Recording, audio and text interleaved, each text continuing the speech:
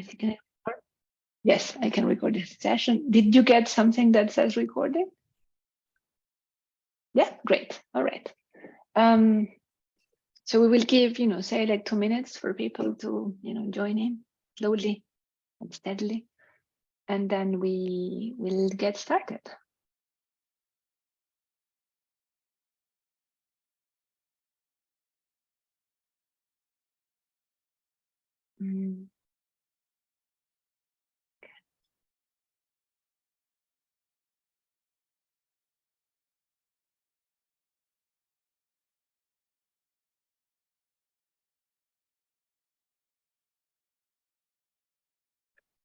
Okay, so meanwhile, while people are joining, first of all, welcome everyone to the second session of the Growing Up in Academia of 2023. It's my pleasure to have today Ophelia Deroy as our speaker and interviewer and interviewee, and she's going to tell us about how to navigate, literally, academia and how her career path has been so far. And I want to remind you about some special things for this session, which is that after being asked several times to record these sessions and declining because I thought that this would make people not necessarily being open, I've decided to perhaps give it a try. So I discussed with Ophelia, she said yes, and the deal is that we will record it. We still don't know whether we will publish it, but we will record it. And so that's it. So just for you to know that the session is being recorded, but we hope that it will not necessarily impact how open and, like how relaxed we are in this environment, because the whole point is actually to just have an ephemeral conversation and not a conversation that becomes like a big thing. And as usual, I will start by telling you a little bit about Ophelia's background, and then she's going to tell us who she is on her eyes, right? So who is Ophelia? Ophelia is currently the chair of philosophy of mind and neuroscience at the LMU, and is a member of the Faculty of Philosophy and the Munich Center for Neuroscience. She was born in France and raised abroad. And in the mid-1990s, she returned to France to study at the Sorbonne. She received there her PhD in philosophy from the Institut Jean Nicot at the École Normale Supérieure in Paris, for which she received the prestigious, and here you have to help me, Ophelia, how you pronounce this, Prix de la Chancellerie. Okay. From the University of Paris in 2007. She then completed postdoctoral work and cognitive science training at New York University from 2010 to 2011, and then as an EU Marie Curie Fellow between London and Oxford from 2012 and 2014. And until 2017, Ophelia was one of the directors of the Institute of Philosophy at the University of London, where she set up a new collaborative program between philosophy and cognitive neurosciences.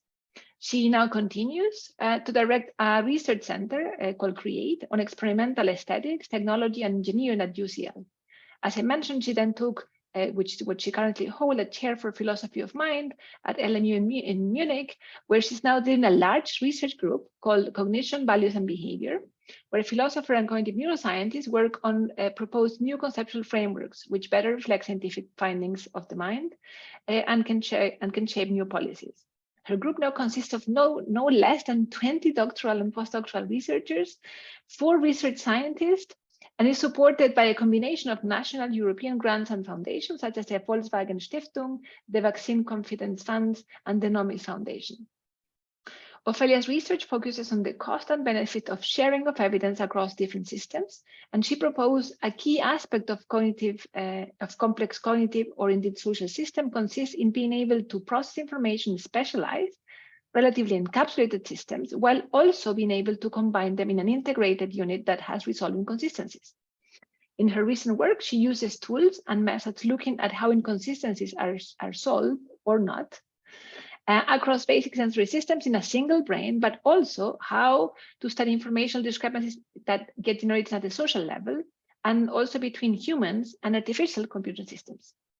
As a member of both the Faculty of Philosophy and the Munich Center for Neuroscience, she continues to make significant contributions to the field of philosophy of mind and cognitive science, and also to work towards a more evidence-based and interactive approach to the sharing of science, also known as science communication. And as an extension of personal passion, she works with museums, art studios, and companies on how to make people think and grapple better with complex ideas, drawing on sensory means, what she calls multisensory rhetoric. I don't know how she managed to sleep with like all of the things that she works on. If you have not visited her website, I really encourage you to do so, because there she portrays all of her baggage of research, like on the one hand on cognitive neuroscience and cognitive sciences, but also all of her research on museums, as well as all of the things that she does on policymaking plus science communication. So with all of this, I really don't know how you sleep, if you know how many hours you sleep. And I look forward to getting to know who you are and how you get to be who you are now. So thank you for coming. Well, thank you, and thanks for the overview of the titles and the institutions. So I don't know how interactive you wish the session to be, but maybe I can reveal already and start by some of the aspects that are hidden in the narrative that you gave. I mean, the first thing, which I'm sure you have already discussed in previous sessions, is certainly that, all of a career makes sense only after the fact. And it looked as if I had it figured out right from the beginning. But the move from philosophy to empirically informed philosophy, and now doing interdisciplinary research and conducting experimental work, was very much a combination of my own interests, but also of the people I met. So after my PhD, actually, I had no real plan, because for people who are finishing or have finished a PhD, as they know, it looks like the massive wall. And you only think about trying to deal with that. And then someone I knew had actually suggested I could apply to this interdisciplinary program that was being set up between Paris and NYU, which I did. And it's literally the only thing I applied to, because I didn't have more time to do anything else. And this made me realize two things. One, that this interdisciplinary connections were getting funding, which I didn't realize before. And the second, that I didn't have to do everything, because a lot of the work that was going on in academia, by contrast with the type of PhD I had been doing, could be collaborative.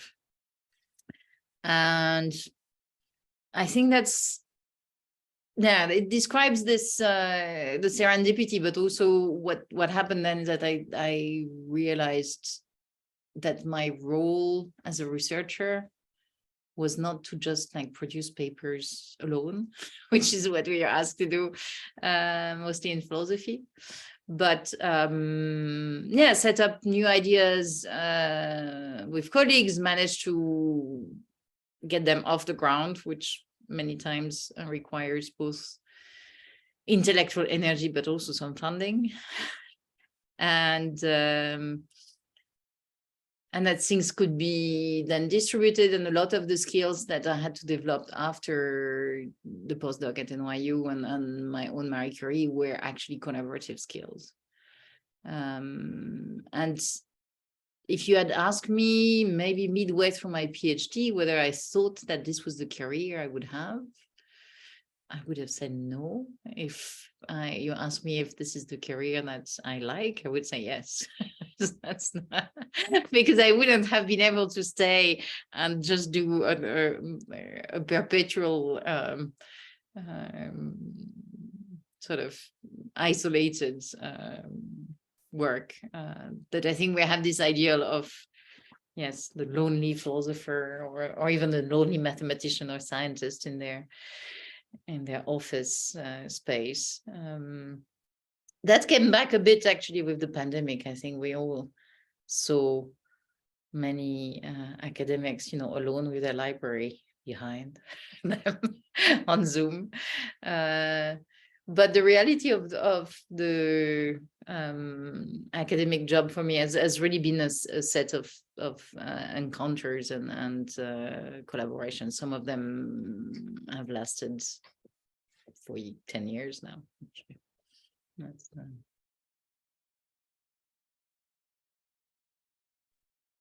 So I know that, you started as a philosopher, and that philosophers, from what I know, I'm not a philosopher, but what I know from the philosophy friends that I have is that on the one hand, there is this sense of, you work on your own papers all the time, and it's a very solo work in some sense, right?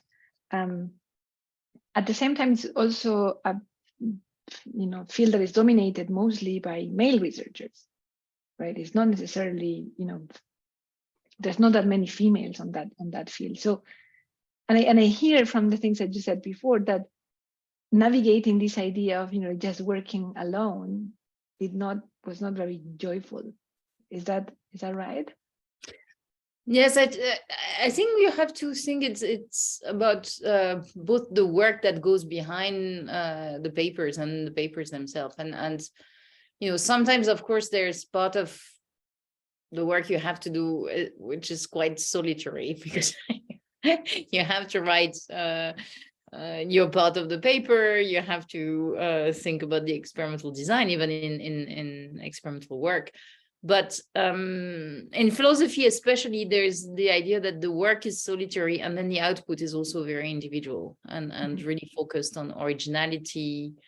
I sometimes talk to the PhD students and the postdocs, and they're very concerned when they see a paper being published that comes close to the things that they're working on, because somebody got my idea before me, and that's terrible, and that's no. And I keep saying, well, if you were after originality, you should have been an artist, but not an academic. On the contrary, I keep trying to say that if there are more people working on the same area as you, it means a good area. You should take it as a compliment for your good taste, because there are people who are moving in the same direction as you. And it's never true that two research projects or two ideas are exactly the same. So there's always room for, maybe, write to them and contact them and talk about your own ideas. And then you'll find out that things are not lost for your own research. But how did you find the transition? Because if I hear well, Ophelia, you went from working philosophy, which is, it has a very different training in some sense, and then you move into more like experimental psychology, right? So was that how was that transition, right? Because I guess that, you had to get up to speed. Yes, absolutely. And I think that's the thing that I did, maybe out of realization that the experimental work that I was interested in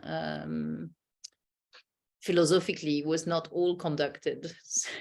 And many philosophers, you could hear people sometimes, at seminars, talking to psychologists, say, here is a good idea that, you should do an experiment about this, without any real proper idea of what it would take to conduct or test this hypothesis. And sometimes something absolutely untestable, it's, you could see whether, consciousness is really unified. Just go and test it, and I didn't want to do that, because I don't think that's the right way to sort of pass on your questions to other people.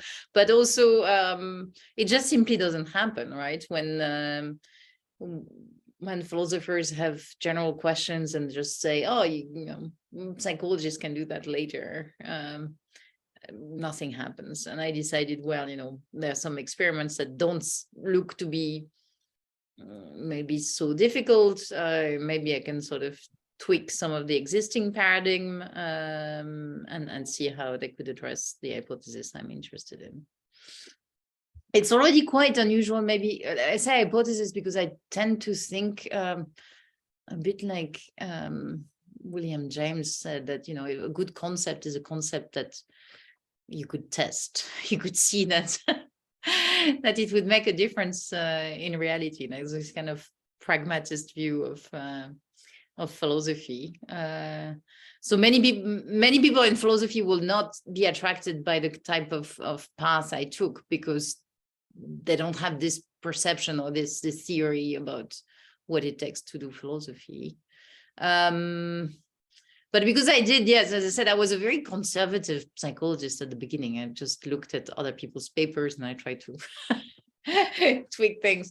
And then the European funding really helped, because I could retrain and follow some seminars. So in the Marie Curie, that was really the big sort of sale of my application was, I really want to retrain.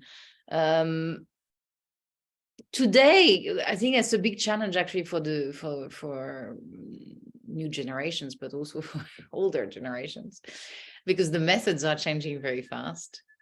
And I think that's what I had to do at the time, that is to really put my head down and take some courses on stats and experimental design. People will have to do it multiple times during their career. They will have to retrain and sometimes you have to retrain in order to be able to do things yourself, and sometimes you have to retrain in order just to be able to follow what your colleagues or close collaborators are doing.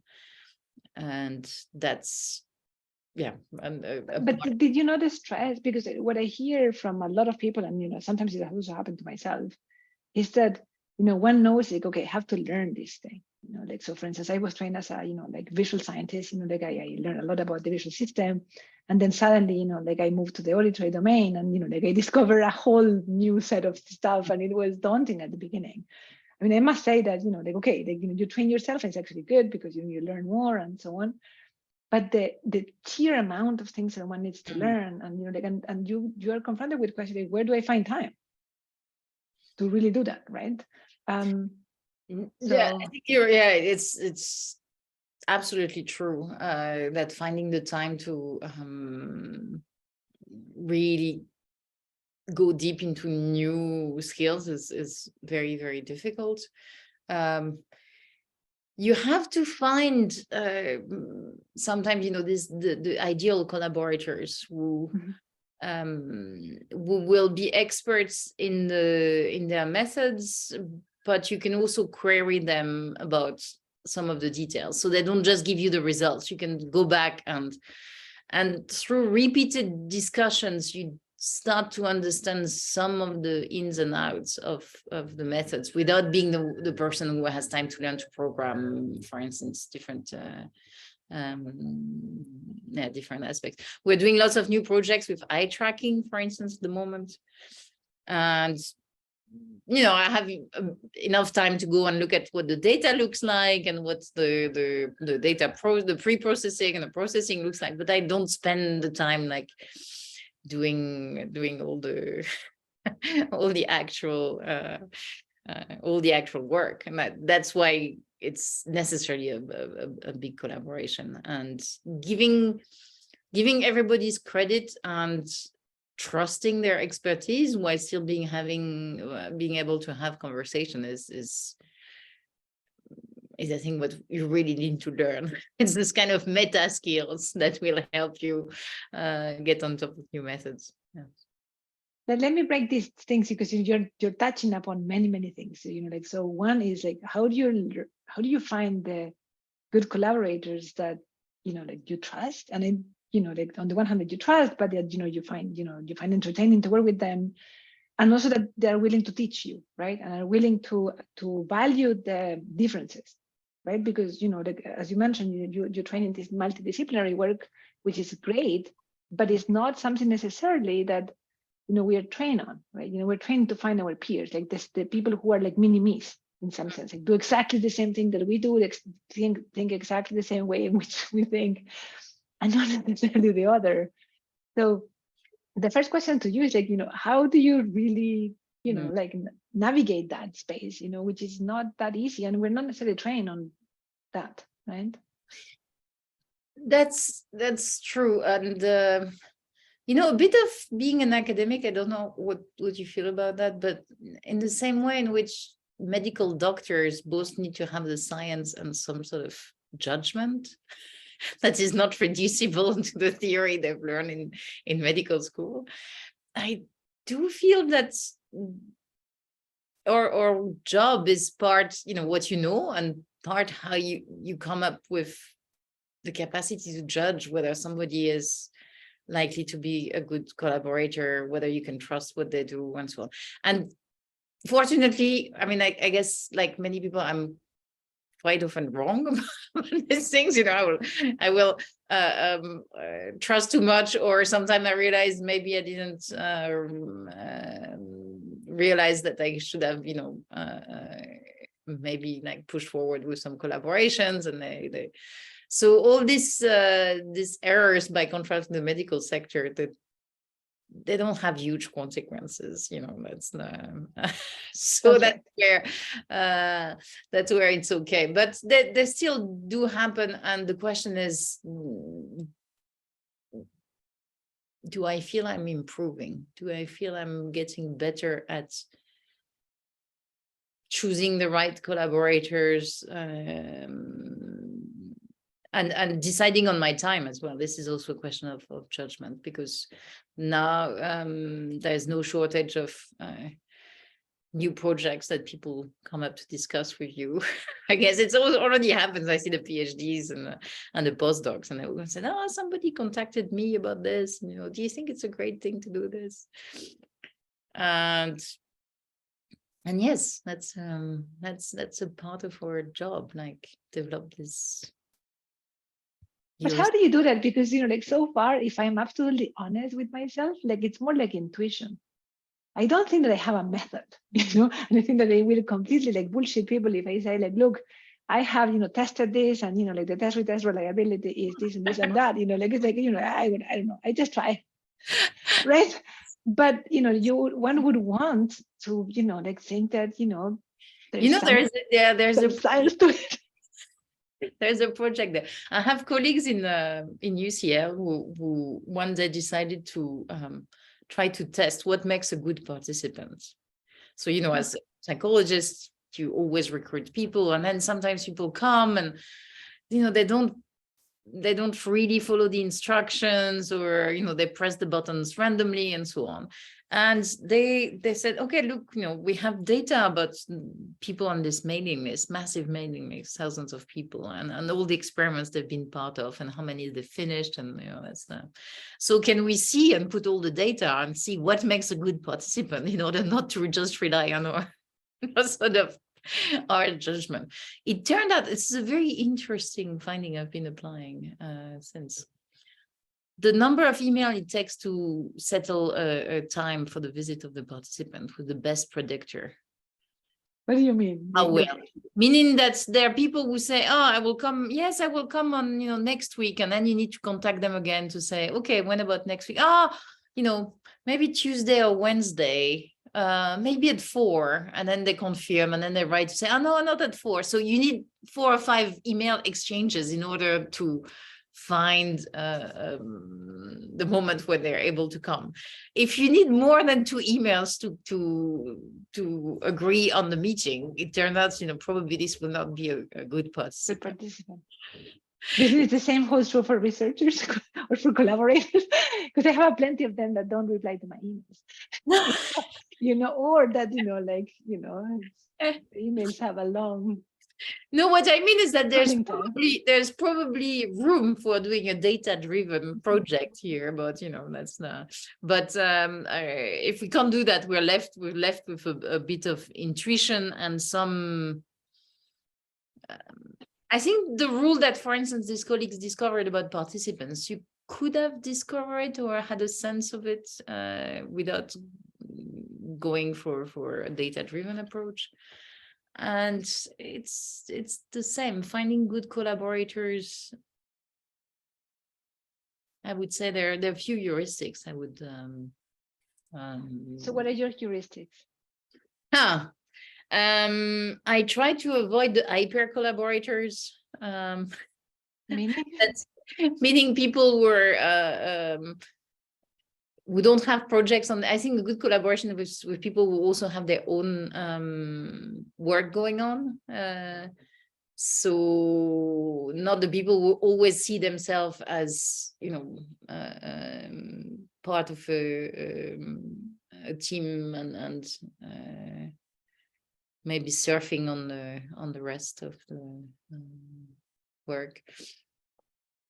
And then the second is really whether people are well grounded in their expertise and whether they have a method that they want to bring to the collaboration.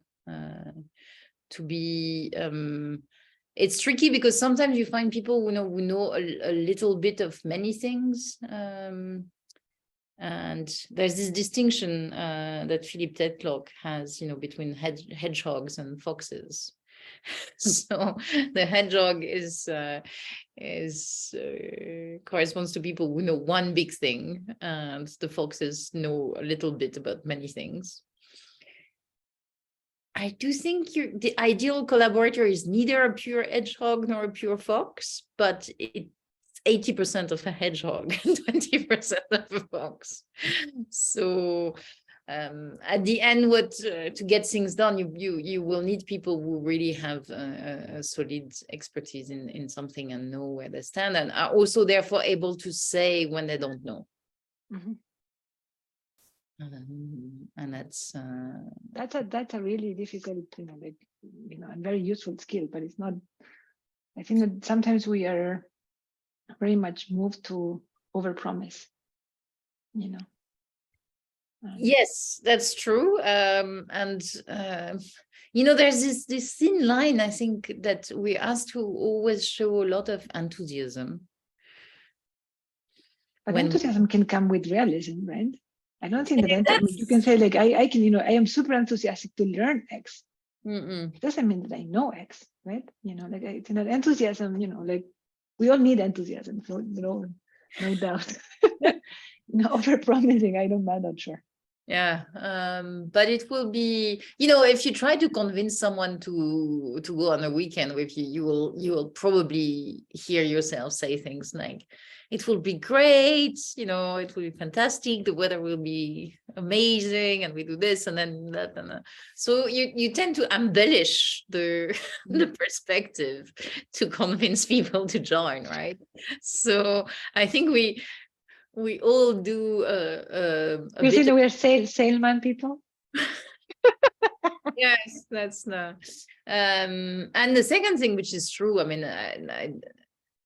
which is really the specificity of the research part of our job.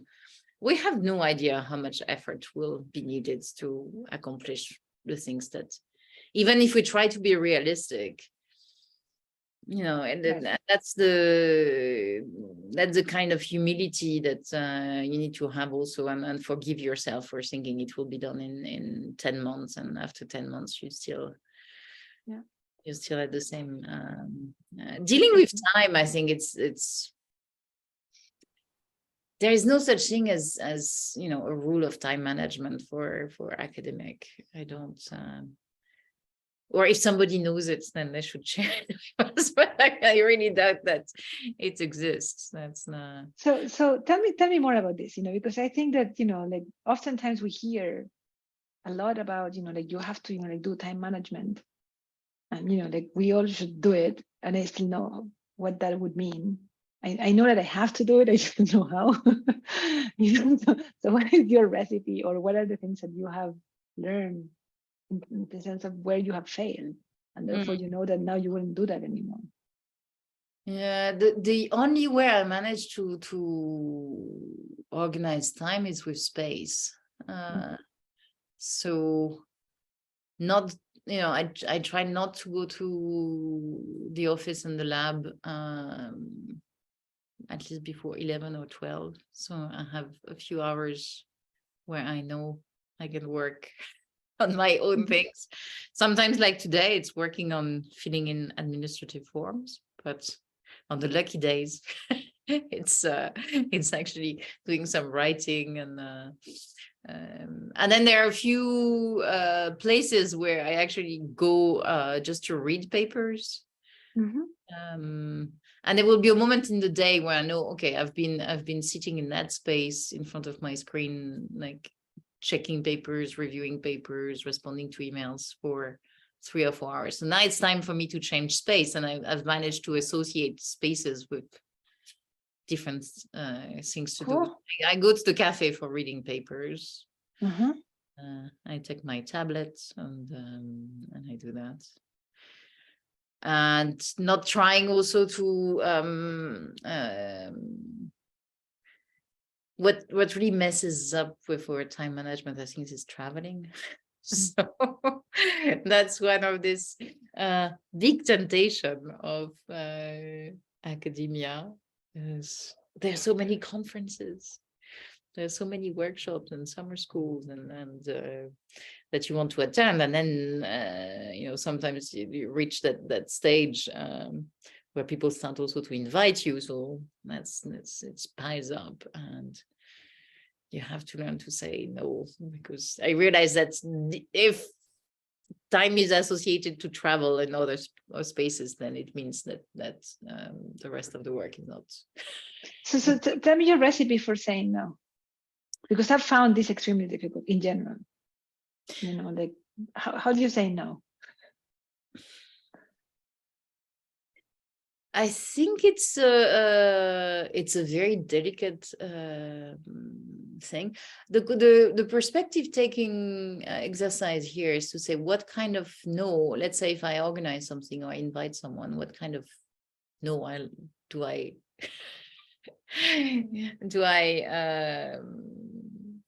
I'm fine with receiving, and I think the most straightforward thing is, people have already too many commitments, and I said, that's and you just realize it's okay to say, look, I'm already going to 3 conferences in September, so I won't be able to make it, and the program looks great, but that's so it's not a magical formula, because you could say, well, you've already accepted 3, so why not accept the 4th one? Or why did you accept this 3 and not this one? But I find it's the most realistic answer that one can give, and that's the. But one of the things that I have personally struggled all throughout my career is with 2 things. So one is like saying no in general, not just no to conferences, but no to conferences, sometimes you're requested to be a part of X or Z or Y, the committee, or, like a student asked you for something, like, can you supervise my X, and then you have to say no, right? I mean, in general, and no leads to disappointment. It's just the way it goes, right? So I found always like this part very challenging, and the other one is to give feedback, to people. So how do you deal with these 2 aspects of our daily life? Because we have to say, like, the more, as you mentioned, the more you grow up in academia, the more you have to say no, right? Because the more you have to protect your time, because otherwise there is just no time to do anything else, right? That is reasonable. And the more you also have to give feedback, because the more you're in a leadership position, right? So there is more feedback that you have to give in general, like from writing reviews for, like papers, to giving, like reviews for PhD thesis, or in general, like people that you work with, right? So no, it's true. And for some of these things, I think the good aspect is that we also become a bit more efficient, right? I think that the time it used to take me to read through a PhD thesis and write the report has reduced, because I've done it many times, and a bit like in sport, you get used to how, and maybe the expectations are clearer. I also now I look at who else is in the committee more, strategically, and I think, okay, I'm pretty sure they will cover this and this aspect, so I will focus on this aspect. Whereas before, I probably felt it was my responsibility to say a little bit about everything. And now again, I've learned to be more of a hedgehog, and I pick 2 or 3 points that I really feel I want to discuss with the candidate, and I press on these things. And committees are usually diverse enough for referees not to pick up on the same things, and I think it's also more interesting actually for the candidates. So yes, there is some time efficiencies there, and then when it comes to providing feedback, collective feedback, I think is also quite useful. So instead of seeing, that's the great thing with experimental work, it's never just one person working on something. So you have a meeting about the paper, and then you also talk about things that are going well to everybody, and then you try and learn and identify bottlenecks and see whether people have taken all the steps to address them. But I do agree with you that we're not usually trained to give absolute negative feedback, and academia is also badly done sometimes, that there are different kinds of negative feedback. One is about, there's some part of the work is not done to a certain standard. And for this, I think that's no problem. Somebody sends you a manuscript and it's full of typos. You send it back and you say, maybe you can check, and then that's okay. And on the contrary, if somebody sends you a manuscript and it's perfectly well written, then you also need to give positive feedback. I mean, I don't want to sound as if the only feedback I give is the negative one. I'm just I'm lucky enough to work with many great people who give me many opportunities to give positive feedback. But let's say this kind of residuals. So yes, when it's intellectual, I think it's relatively straightforward because it's constructive, and you won't say, well, this is not the right way to do things. What is much more difficult are all this, I would say it's more like the moral contract or the professional contract that there is behind the collaboration. So I will give you an example, and I'm not even sure whether it's the right thing to then give negative feedback. But let's say you have somebody who wants to come for internship, and they will join an experiment for 8 weeks when it's incredibly short times. I mean, the system is putting a lot of pressure on MA students especially. But then the rest of the lab, makes space, invest in training the person, and at the end, the person, let's say, after 3 or 4 weeks, they don't show up or not as often. What can you do? And I'm not really blaming the individuals, because everybody has gone through, especially the pandemic, and they can deal with difficult things outside their masters. It's also true that part of the internship, sometimes you were dreaming that it would be so interesting, and then it's not that interesting, and you're not paid, and you're still asked to work. So for me, this is really the difficult part of giving negative feedback, because I don't really know on which basis negative feedback is justified. Can you really put pressure? Is it fair? Is it, part of it is definitely, that's why I presented. I think that's but let me give you the example the way around, because I think you mentioned this idea of social contract, right? Or so, like, I think that if somebody knows what the expectations are, like, say, I want you, like, in the lab, we're going to work on this and this and that. Would you like to come? This entails this and this and that. Like, you come to the lab every morning, I don't know, whatever, right? You dress X way, and then if people don't do that, because that happens, right? I agree with you that perhaps one thing that we could do better is to be explicit about our expectations. Sometimes we just don't do that part. But say, assuming that we actually have done that, sometimes it doesn't necessarily mean that the expectations are shared, right? No, that's true. But also we don't have, if you compare the way academia is organized with many other institutions and private companies, you have a lot more contractual agreements, and we don't have that many contractual agreements. We give people a lot of freedom. That's part of the package. Correct. But we also expect a lot of team reasoning, as we say, that people will see the greater good and not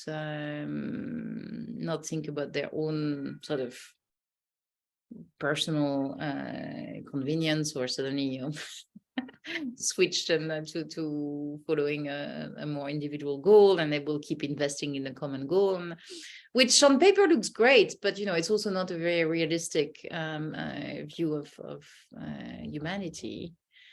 And that's why I don't think it's not a failure of the PIs or the lab, or even total surprise that some people will behave like that, because that's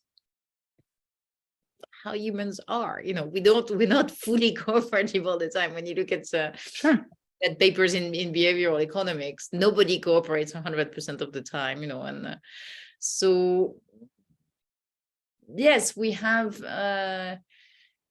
we operate. That's why the word navigating, I think, is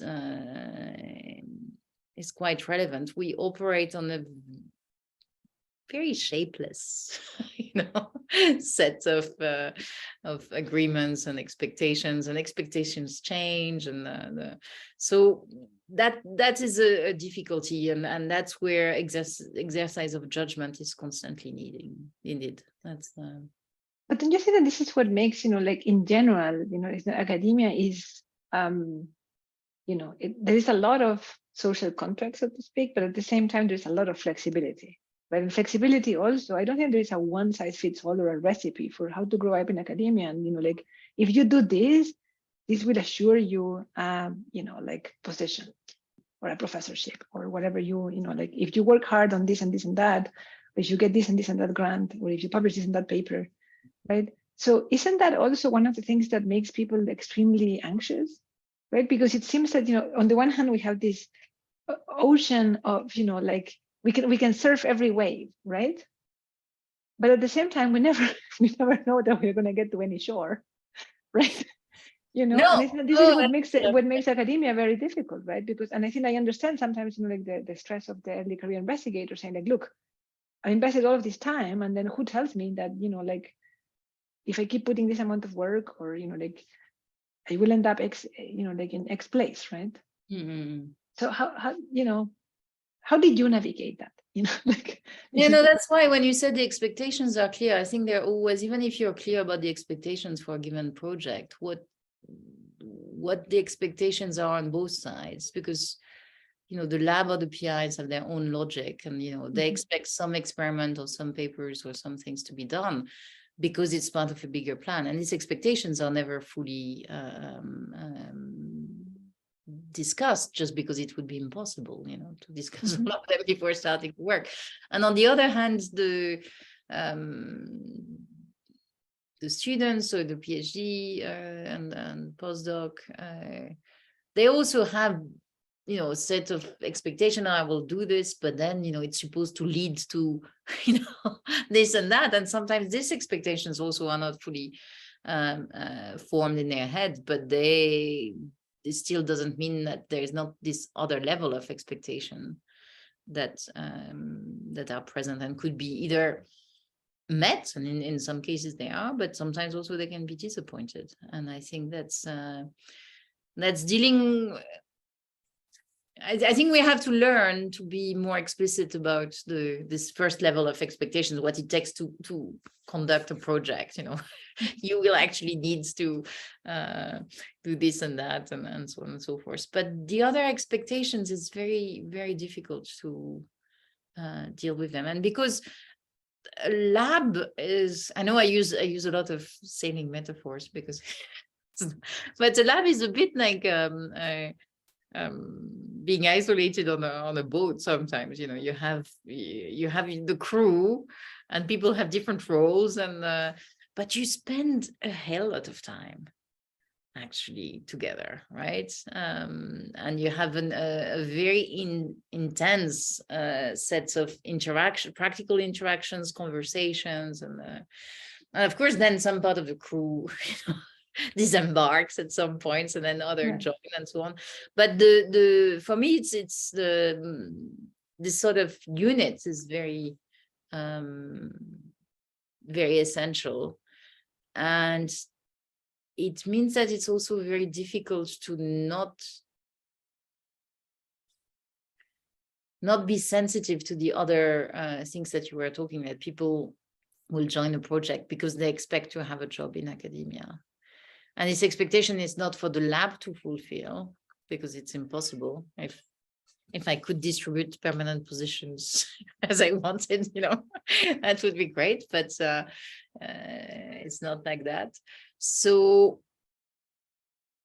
you both know that these expectations exist, and at the same time you cannot fulfill them, and therefore you tend to also not want to hear too much about them. You try to keep that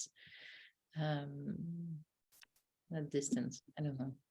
But if you were to go back to your own, like assuming that every career path is very individual, like if you look at your own, what do you think were the key moments or the key aspects that brought you where you are now? Like having a lab with, like nice people that you work with, so having a professorship, like being able to do interdisciplinary work, like moving from one field to another. I mean, in many ways, you have a very, like unique career path, right? And you were able to navigate that could have failed at many points, right? I mean, I could have imagined that like even going from philosophy to experimental psychology would have been a failure, right? Then, like creating a team, like with, like so many people, they could have also been a failure, right? Moving countries. So what are the, are there aspects that can explain why you are who you are now, right? Or that you think from your own personal history that were critical? It's interesting that you mentioned that, because when I was doing my postdoc at NYU, I was talking a lot with Ned Block of consciousness, and at the time I had started to really like go deep into the experimental details, and I was presenting some work, and after the talk he came and said, no, this is really good, it's really interesting, and after like giving me a lot of positive feedback, he then turned and very seriously he said, but Ophelia, if you continue like that to do so much with empirical work, you'll never get a job. You will never get a job. And coming from him, who I regarded as quite a empirically oriented person, I took that warning quite seriously. And then I was thinking, and I thought, well, it's also true that this is what interests me. So if not this, then I don't really want to stay in academia, because that's what I want to do. And here's the surprise on this. I will come back to the rest of the question, but in that case, I think it's also very healthy that people realize, I keep repeating it to the members of the lab, they're super talented, expert people who can learn many things, and I've already demonstrated that they're extremely good and proficient at many things. So if you realize that, you will realize that if things don't work for you in academia, there will be many other places where your skills will be appreciated, rewarded, and can also give you a lot of satisfaction. I think that's the idea. That's the only place where we can flourish is a university or a research institute. I share your idea, but at the same time, I think the rhetorics of the academics and we ourselves, I mean, most academics tend to self-propel is, you have to become an academic, right? And, you see what I mean? So, I think that slowly we're embracing the idea of an alternative career path, and that not everybody has to be a mini-me, right? But I don't think that that's necessarily the average or the majority of the academics these days. Even you know, I don't know, but in the US, very often, also your own worth as an academic has something to do with your pedigree of how many people you train that then have positions X, C, or Y, right? So then that already, like incentivize you to actually try to put people, not even to provide to them the alternative career path, even if that would make them happier, right? Right? So no, I'm really happy for people like to do a PhD and then go and do something else, especially if they make a fortune and then they want to yes. research. I always joke about that, but it's also true that there's so many ways in which people could be more fulfilled outside academia and in many respects. So it has a lot of advantages. Don't get me wrong here, but it's really not the only thing that one can do in the world with if they are curious and they want to do research. I think that's but to come back to your question about what maybe was really a turning point, and again, it's only retrospectively you can identify this, but when I finished my Marie Curie, we had applied, you mentioned it in your introduction, we applied for this large-scale funding at the University of London with other UK universities, and it was a big project to bring together philosophers and neuroscientists. And at the time, on the London side, it was myself and a very senior PI, Colin Blakemore, who sadly died last year. But Colin had been really, instrumental in putting the team together and helping with the ideas and the vision and the politics. But he also, because he was so busy, he didn't have a lot of time for actually doing the day-to-day work, or even like the scientific sort of supervision and so on and so forth. So I more or less ended up the shadow PI on that grant, although I was a named senior postdoc, and there were 4 other postdocs recruited on that grant.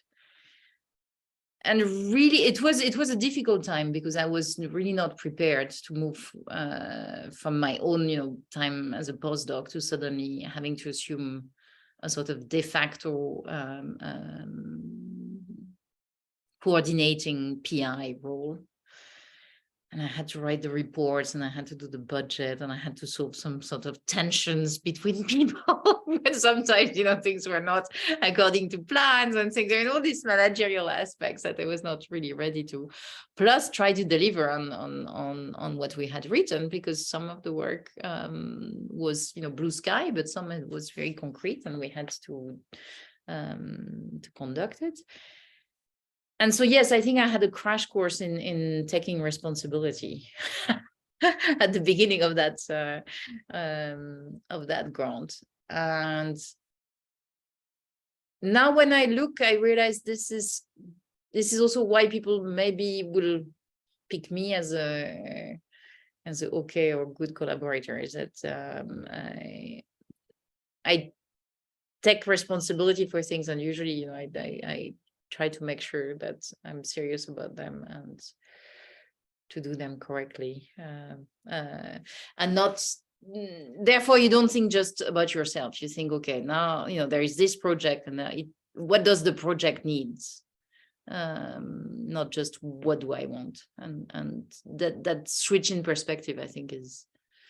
And how did you because most often we are just, again, like thrown into the Shark Tank, they go deal with the reports, budget, whatever, oftentimes as we grow, it's not that somebody tells us this is what you're going to have to learn and this is how you learn it. You just find yourself doing something. So what did you do around, on that time to learn about, how to navigate and deal with conflict about the PIs. You were a postdoc, presumably you were not a PI, so there's like a hierarchy already embedded there. It must have been, I imagine, actually quite difficult to negotiate. Plus learning all of the other things, right? It was not easy. I think that and sometimes you turn to people for advice, or just for you just want them to listen to and you receive good sometimes good advice. Sometimes you receive some advice and you realize this is not what you want to do, so you try something else. And sometimes, so it's really, I don't think it's something, now that I have this difference between learning by experience and learning from instruction. And there are things that you can only learn by experience, because by instructions, it always looks nice, and you think, oh, these are the things that I'm not supposed to do, and the other things to do, and it just doesn't work that way. That's so I actually like that. I think I wasn't thinking maybe 10 years ago that my job would look like what it looks like now. Because as you were saying, I think I spend clearly more than 50% of my time judging other people's work. That's the between the students and the people of the team who send their papers, and reviewing grants and reviewing papers. Most of my time is spent evaluating and exercising judgment on other people's work. But it's actually, you learn a lot, because you get to read all of this fantastic,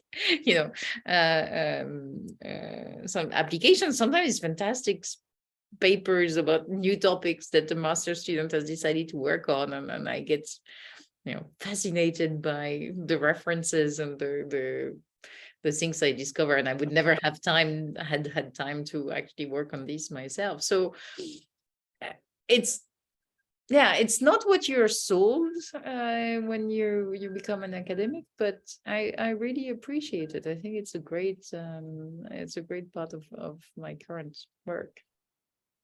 Before because we're about to reach the hour, but let me ask you two questions that come to my mind. So one is, I think that had I actually listened to Ned Locke tell me that, that was not the career path, and that, I would have been petrified, because he's a big figure in the field. And on top of that, the NYU philosophy department is known to have a very aggressive program placing their people, right? So if he tells you as a mentor and as a very, experienced figure, I would have really freaked out. So my first question to you is how did you deal with that feedback at the time, right? And the second question is, I don't belong to a family of academics, and I know very little about academia, but one of the things that I found very puzzling as I grew up myself in this business is that I every 5 years I have a new job. And sometimes I don't even know whether this is the job that I signed up for. I just find myself doing this new job, right? So how do you deal with that, and how do you negotiate because sometimes you like it more, you like it less. As you mentioned, at least I started because I like to do research myself, and now I find myself mostly judging other people's research as opposed to doing what I would draw me into academia, right? So how do you navigate with this shift in responsibility, but at the same time, it's a new job, so then sometimes I ask myself, did I sign up for this 10 years ago or 20 years ago? Right. So these are the two questions, and then I will open the question to the people if they have. No, let me take the first question first about I still remember that sentence, so it shows that it had a lasting impact on me. And then when I was offered the professorship in Munich, I actually, the first person I invited was Ned. To show him that he was wrong. And this was only 6 years after he actually, warned me. And it was very benevolent. And, it was really not meant to discourage me, because he has remained very, very supportive and so on. But I think he was really expressing something he could see was true in the field, especially in the States. Maybe in Europe, people were a bit more ready for the kind of hybrids that I was interested in.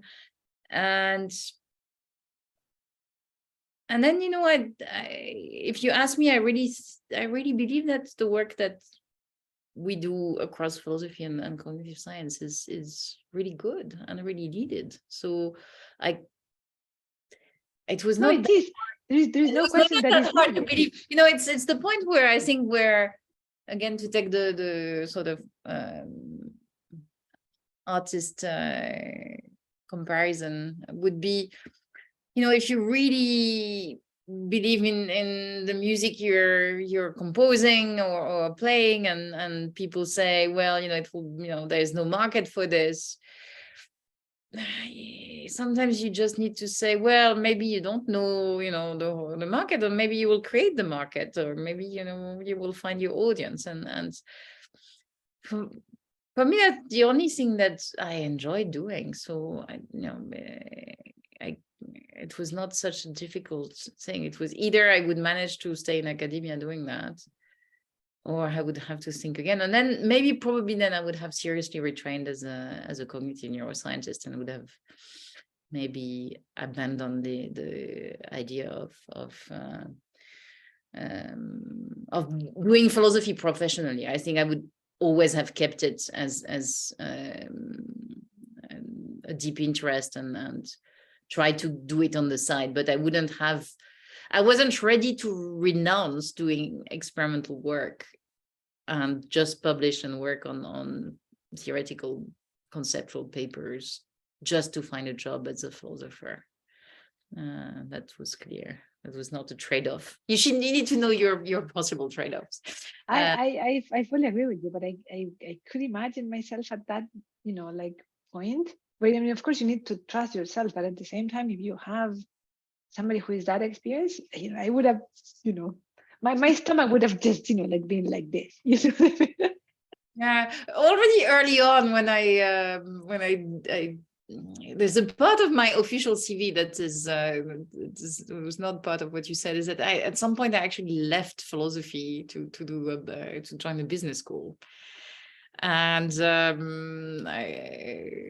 the reason why is that I was watching the people teaching philosophy in the Sorbonne, and I could not imagine myself just standing, you know, in front of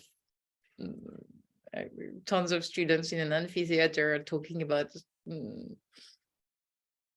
one page of, you know, maybe a great book, but just spending 2 hours talking about that very page. And that's some people were doing it extremely well, but I couldn't recognize myself in that. I didn't want to speak about other people's writing as a career. So that's. Was that during your PhD time or after?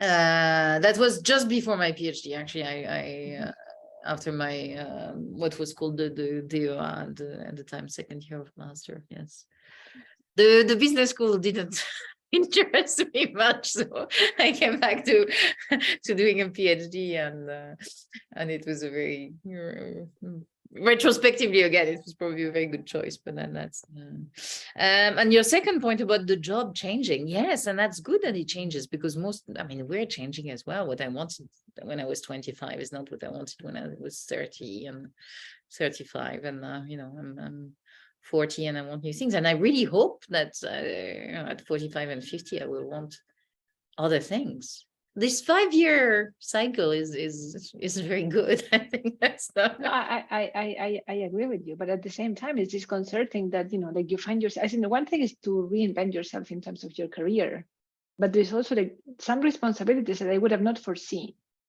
like the amount of time that you spend on admin work. Mm-hmm. That is something that I would have not foreseen. You know, like. Yeah. So, What's really interesting about that is that, you know, we all read every day all these papers about how, for instance, how bad we are at predicting ourselves. And emotional forecasting is very bad. If you ask, how much would you like spending, 2 weeks on a scuba diving holiday, and you think I would love it, and then you go, and then you realize actually, I'm bored or something. And we're very bad at predicting how we will feel. People have conducted experiments on this. You can read about them, and we should know better, but we still do that. So yes, embracing uncertainty, I think, is a good, but oneself including is for sure. Let me bring up 2 questions from the audience. So one is from Melissa, and this goes back to the initial part of the conversation that we had about retraining. In this case, she's bringing up the question, like, how do you find time to retrain, especially when you are already leading a lab? So not at the career transition between, say, like PhD and postdoc, but then once you're past that stage, like, how do you find time to do that? I hope I will, because I've actually put in the grant I was awarded by the Volkswagen Stiftung, I put a retraining for learning advanced EEG methods, because we've started doing EEG, and I know bits and pieces, and I'm capable of like collaborating on EEG projects, but I'm unable to take more leadership. That's so I have said that at some point I have a sabbatical, and then I will spend 2 half days training online. So sabbatical is perhaps the time? Yes. I need to find a couple of people who want to do this at the same time. It's my plan. I think that if you want to train as a PI, you need, and there are enough great, postdocs who are in their 2nd or 3rd postdoc and now have a bit more sort of time to see that there are some methods that they want to know more about.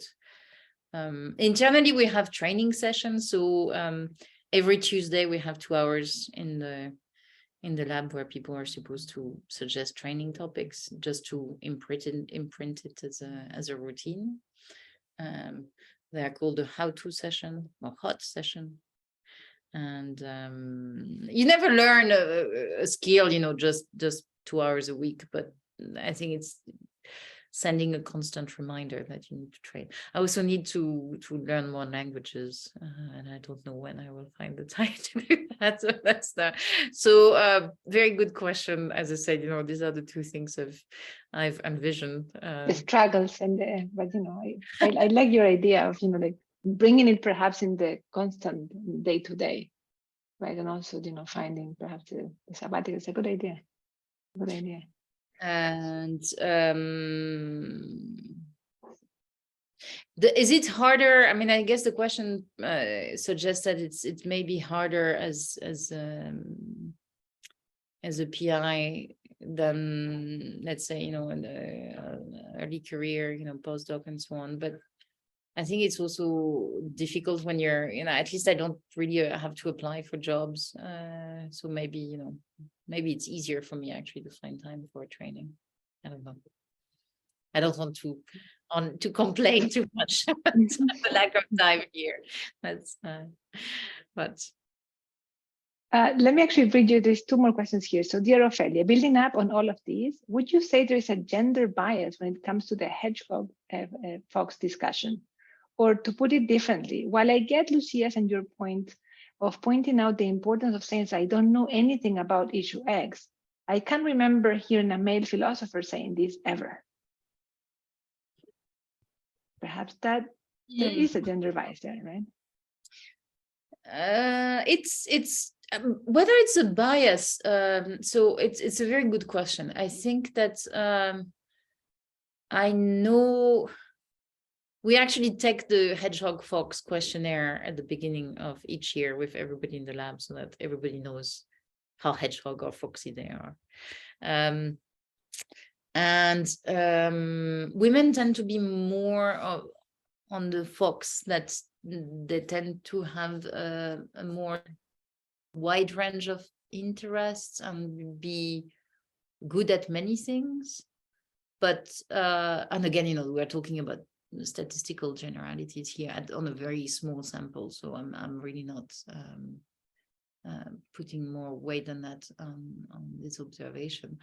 But people were like really focused on a single method and a single topic. I have more examples of male colleagues, and I think it's true that maybe the system rewards more on one type of profile than the other, and that's wrong.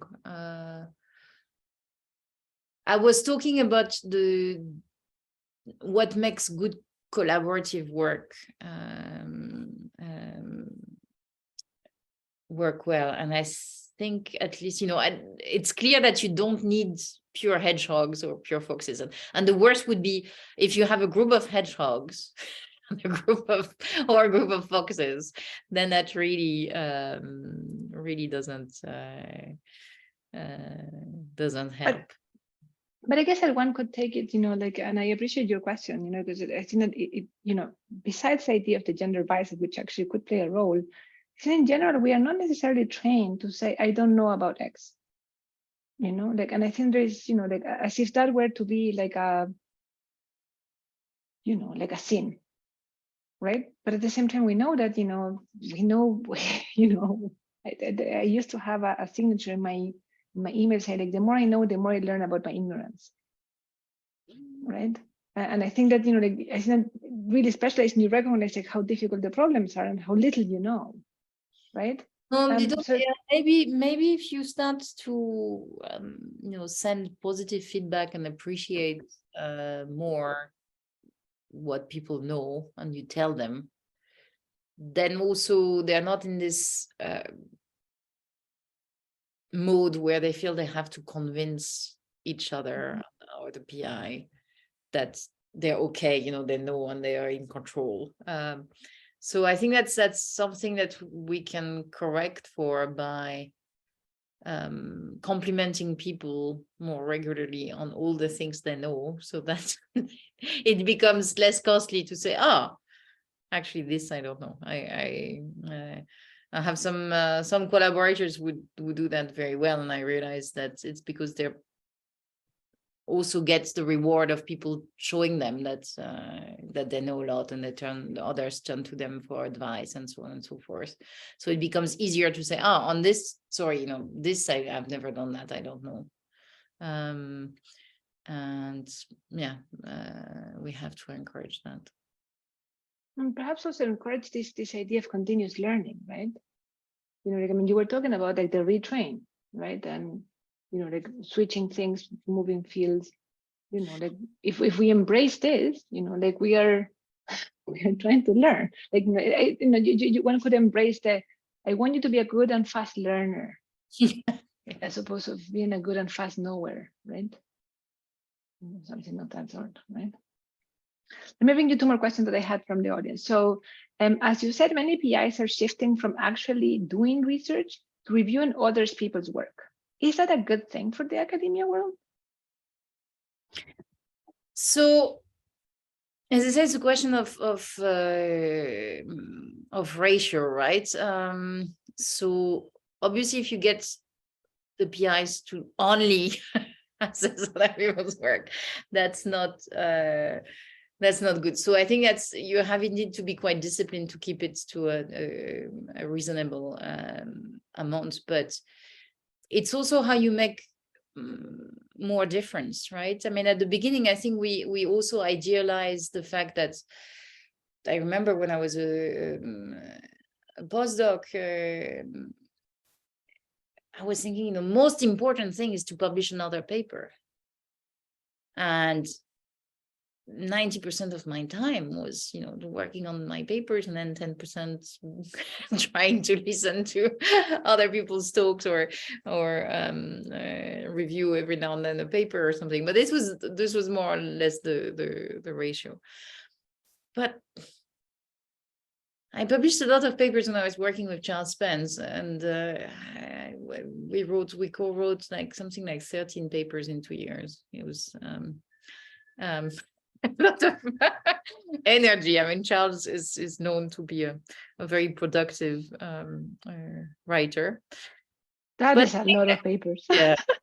I look back and I think, maybe I could have done, I mean, was every paper really that impactful? That's so when you think in terms of the significance, I think I will make more difference to research if I provide very good feedback to PhD students, to a postdoc, on the grant committee. And that's very rewarding, because it's maybe, reviewing grant 5 to 10 hours of your time, but then you make a huge difference for funding sometimes, which will run for 5 years. And if you can rescue, a grant that is a bit on the edge, but you see something, and then you enable these ideas to be funded and followed, then that's amazing. It makes you really, really happy. Maybe more than writing another paper. But as I said, I hear that fear, and I think it's very easy to be for your time to just be eaten up totally by the evaluation job. And but do you find these days time to do your own research? It's a bit exactly what you were saying. What is your own research? I mean, my name is on many papers, so I think that I am doing the research somehow, and sometimes there are ideas and things that I would call initially my own, because I thought about them, I am intrigued by them, I want them to be followed, but I also know I have only one life. So the best thing that can happen to ideas is that they become communicated and followed. And then what's great is that the person, there's this moment of like correction, where you thought about something as being your idea because you felt you had it first for whatever reason, and then somebody picks it up and actually does it probably better, even better. And then you start realizing, that was you can still comfort yourself thinking you had a bit of an influence on that, but you have to learn to enjoy the passing on of the baton, otherwise you will be left again with a very very difficult frustration of looking at how little you can achieve with the time you have. So you have to share and you have to let go. Time management. Yes, but also that it's not my ideas and so on. There are ideas I share with people, meaning that and when there is an idea or a direction that I believe in, I want it to be collective and not keep it my own. That's not right. There's something nice about forming a team. Like, I think there's something that is undervalued in academia, which is the true power of the collective, right? So let me ask you the last question, from the audience. So thank you so much for this very insightful human talk. How do you show that you have acquired new or unusual skills that enable you to change fields, especially if you are an autodidact? Would you say that online courses like Coursera, etc., are respected? And what if you train with books and other resources, and there is no public credentials available for the skill? Yes. I myself haven't used things like Coursera or this type of platforms, but I see many students who actually have trained or even like trying now. There's a couple of people in the lab, because we're in this open space. I see them, like, they follow lots of talks on YouTube all the time, which is not what I would do, or I people from my generation were doing, but they really pick up skills, and then it's, they demonstrate that they have learned enough to exercise the skills. So yes, absolutely. I think that this training, if you have enough drive to actually follow this online training sessions, then I think it's fantastic. It's great. When there is no training available and only books, it's very interesting also, because a lot of students who come to write to me, and they say, oh, although I'm in cognitive science or neurobiology and so on, I'm really fascinated by philosophy, and I read a lot of philosophy, and I consider, this is part of my skills. And most of the time, I'm very positively impressed how far they have managed to achieve just by themselves. That, unfortunately, is quite often not totally enough to join at a totally like professional level in philosophy, or maybe for other skills. But it can take you a long way to convincing a group who has the skills to take you on board for an internship. I think that's demonstrating that you have read things by yourself and you've reached already a pretty good level is just on your own. That's something to be proud of. So yes, I'm quite positive about this unusual autodidact ways of training.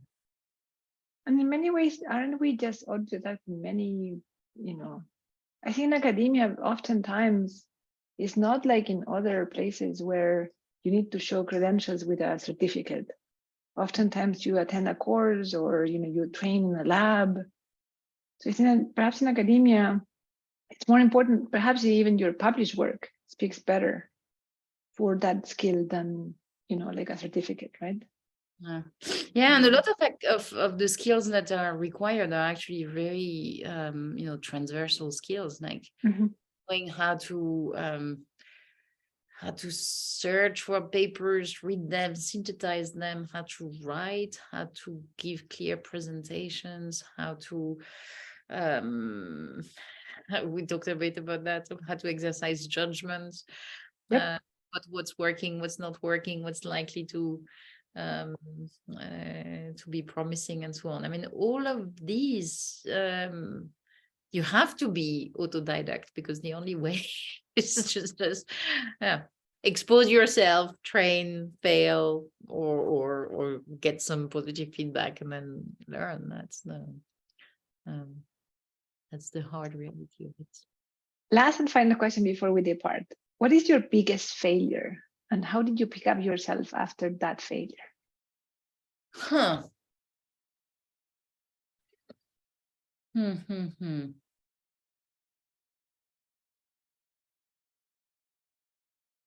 I think there was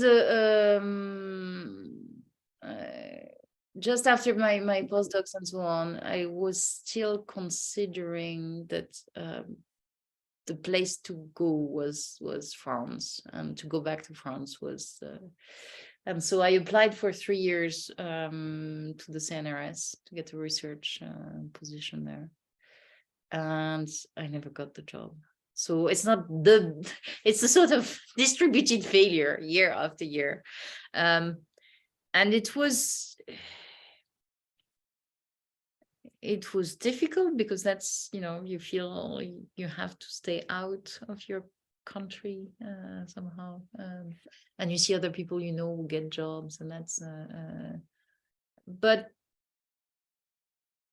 at the end, I don't know, maybe I'm good at convincing myself of things, but I realize also,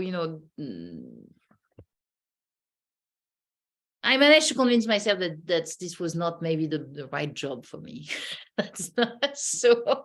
And going back to France was also not maybe the right place for me. So it was a slow process, and it was bitter because of the repetition, I think. And I understand. I hear a lot of. It's a common thread that at some point, everybody sort of moves for their PhDs and postdocs, and I think many, like I did, have this idea at some point. How about I go to a place where I spent a lot of time, or where my friends and family are, but yeah, at the end, I'm really fine with the fact that the CNRS didn't work. After all, perhaps actually turned out even better. Yes. That's why I managed to pick myself up after that. And yeah, it was all for the better. Yeah. For sure it was, like you have done extremely well. So well, thank you for saying it. And it's a nice journey.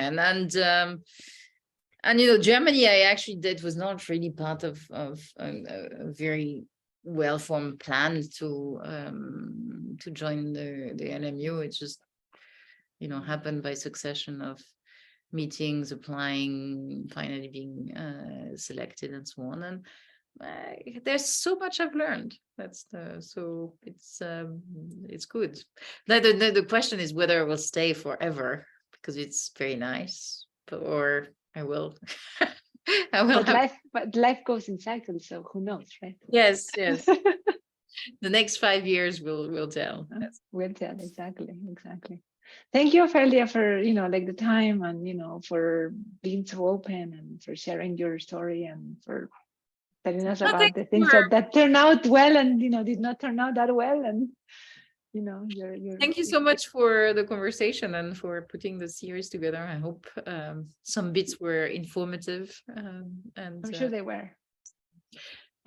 So yes, thank you, and thank you everybody on the audience who asked questions or just listened. That's nice. Thanks everyone also for staying with us, and I hope that this was useful, and we will see each other in a month. It's going to be Gemma Roig, and this time is going to be in Frankfurt in person with a hybrid format. So for whoever wants to join with beers and pretzels, we're also going to have beers and pretzels there. So, and thank you, Ophelia, and everyone for tonight. Take care. Thank you, everyone. Bye. Bye. Thank you, Ta.